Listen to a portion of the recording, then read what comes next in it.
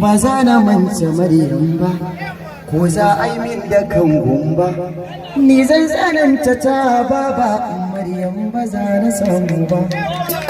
Gumbal ma yanzu sun daina sun hana daka ta gumbal ba a daka gumbal. Ya ba za na manta Maryam ba, ba za na manta Maryam ba, ko za a min da kan gumba, ni zan tsananta ta baba, Maryam ba za na samu ba.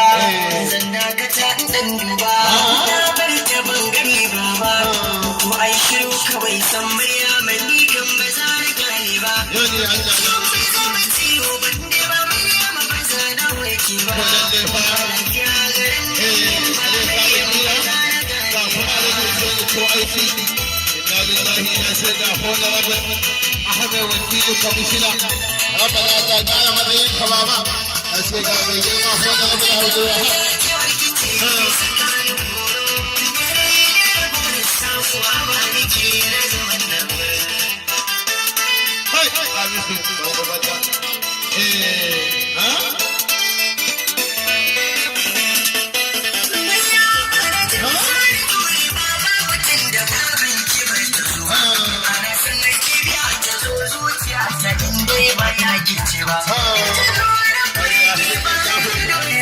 Matan nazari ba ba ni gane kaina, ke mata zaman na ira zaman na ya tare da rana, ya bugu a raina ya da wuce da rozu.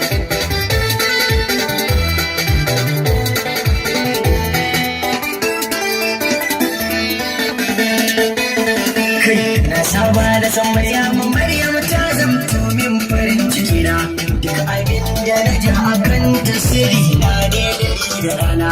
Ni ba bakin da na kaso ma'alinta kawai gaskiyar batuna, mai karatu tuka da dama Maryam lallai kina da fama. A da lafiya a ilaha illallah.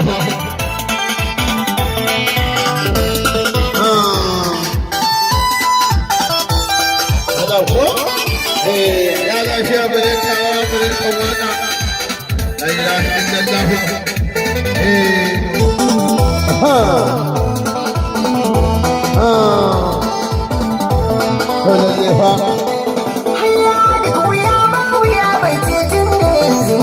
Raka ta zo sai da shaji nake ganin ki yasa ni duka zan dukan na furzo garin wata ido na buwa da ido kawai sai na ga kikin Maryam da wuri ki ba ni dama ni ba ya shiga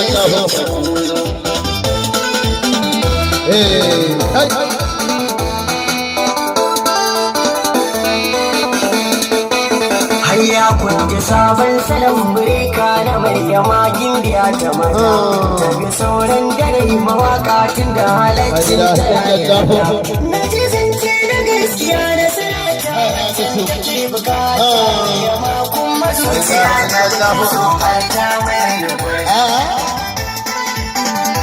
ya lafiya.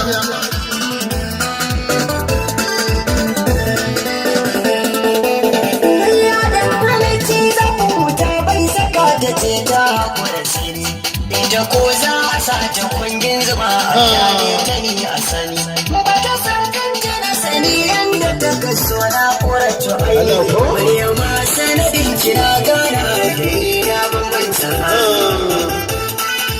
ya lafiya ha musu barka la ilaha illallah. Maryam ke zuwa ta mata ki wani ke yake tsakanin